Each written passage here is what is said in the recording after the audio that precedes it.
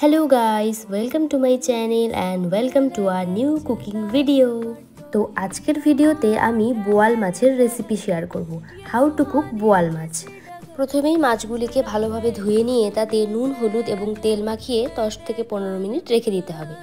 এরপর বোয়াল মাছগুলিকে দুদিকেই ভালোভাবে ভেজে নিতে হবে। এরপর বোয়াল মাছের ঝোল বানানোর জন্য আমরা পেঁয়াজ লঙ্কা এবং কাজু বাদামের একটা পেস্ট করে নেব। আপনারা চাইলে কাজু বাদাম স্কিপ করতে পারেন। এরপর কড়াইয়ে তেল গরম হয়ে এলে তাতে কালো জিরে এবং থেতো করা রসুন দিয়ে একটু ভেজে নিয়ে সেই পেস্ট করা মশলাটা দিয়ে এর মধ্যে একে একে জিরে গুঁড়ো ধনে গুঁড়ো হলুদ গুঁড়ো দিয়ে ভালো মতো কষে নিতে হবে। এরপর ভেজে রাখা মাছ সেই মশলার সঙ্গে দিয়ে একটু জল অ্যাড করে 10 থেকে 15 মিনিট ধরে কষিয়ে নিলেই ব্যাস রেডি বোয়াল মাছের ঝোল বা বোয়াল মাছের ঝাল। তো গাইস দেখা হচ্ছে নেক্সট ভিডিওতে। Thank you for watching, by.